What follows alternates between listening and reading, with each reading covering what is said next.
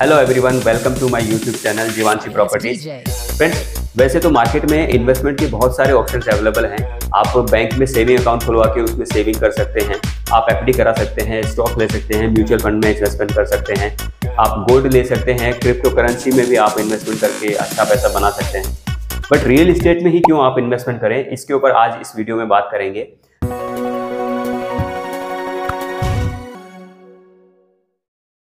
पहला कारण तो यह है रियल एस्टेट सेक्टर में इन्वेस्टमेंट करने का कि ये बेसिक नीड की जरूरत है आपकी। आज देख लीजिए, आज से 100 साल पहले देख लीजिए, रोटी, कपड़ा और मकान, ये ऐसी बेसिक नीड की जरूरतें हैं जो आदमी को चाहिए ही चाहिए। दूसरा कारण है जमीन की मैन्युफैक्चरिंग नहीं हो सकती। जमीन आपकी लिमिटेड है, उसको आप एक गज भी एक्स्ट्रा नहीं बना सकते हैं। जितनी परमात्मा ने दी है जमीन उतनी ही आपके पास अवेलेबल है। इसकी अवेलेबिलिटी लगातार कम हो रही है, जिसका कारण है जनसंख्या। जनसंख्या जैसे जैसे रेगुलर बढ़ रही है, उसकी वजह से जमीन की कमी हो रही है। जमीन की कमी के रहते इसकी डिमांड हमेशा रहेगी, हमेशा इसकी प्राइस बढ़ती रहेगी और इस सेक्टर में हमेशा बूम रहेगा। एक और कारण भी है जमीन की ख्वाहिश। इंसान की जमीन की ख्वाहिश हमेशा रहती है।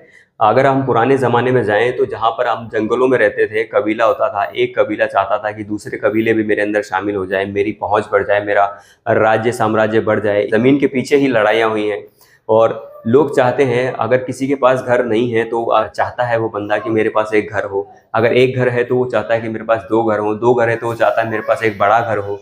अगर शहर में घर है तो वो चाहता है दूसरे शहर में भी मेरे पास प्रॉपर्टी हो। भारत में अगर उसके पास प्रॉपर्टी है तो ये चाहता है कि विदेश में भी मेरे पास प्रॉपर्टी हो। अब तो ये भी हो गया है कि अगर इस धरती पे प्रॉपर्टी काफ़ी ज़्यादा ले ली है तो ये चाह रहे हैं लोग कि मैं चांद पर भी अपनी ज़मीन ले लूँ, मंगल ग्रह तक भी मैं खरीद लूँ।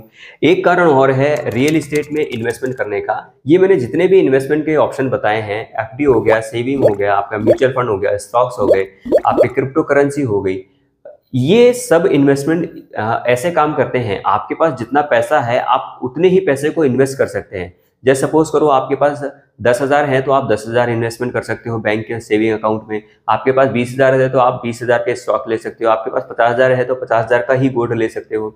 बट अगर देखा जाए रियल एस्टेट सेक्टर में, आपके पास अगर 15 से 20% पैसा भी है तो भी आप 100% के मालिक हो सकते हो रियल एस्टेट सेक्टर में। क्योंकि यहाँ पर आप 15 से 20% आप पैसा देकर, पूरा लोन लेकर, आप बैंक के पैसों से उस प्रॉपर्टी के ऊपर 100% मालिकाना हक जता सकते हो। तो ये जो मौका मिलता है ये रियल एस्टेट सेक्टर के अंदर ही आपको मिलता है, जो कि और बाकी ऑप्शंस में आपको नहीं मिलेगा।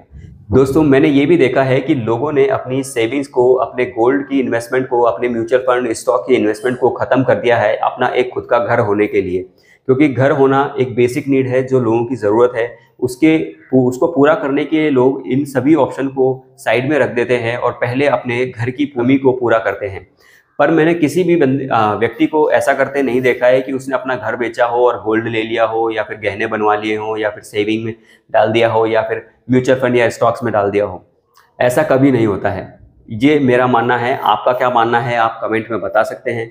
अगर आप रियल एस्टेट सेक्टर में इन्वेस्टमेंट करने जा रहे हैं तो आप दो चीज़ें ज़रूर देखिए, एक तो डॉक्यूमेंट्स, दूसरा लोकेशन। क्योंकि ये दोनों बहुत इंपॉर्टेंट चीज़ है जिसपे वजह से आपका रिटर्न कितना आएगा, ये सारी चीज़ें आप उसके ऊपर डिपेंड है।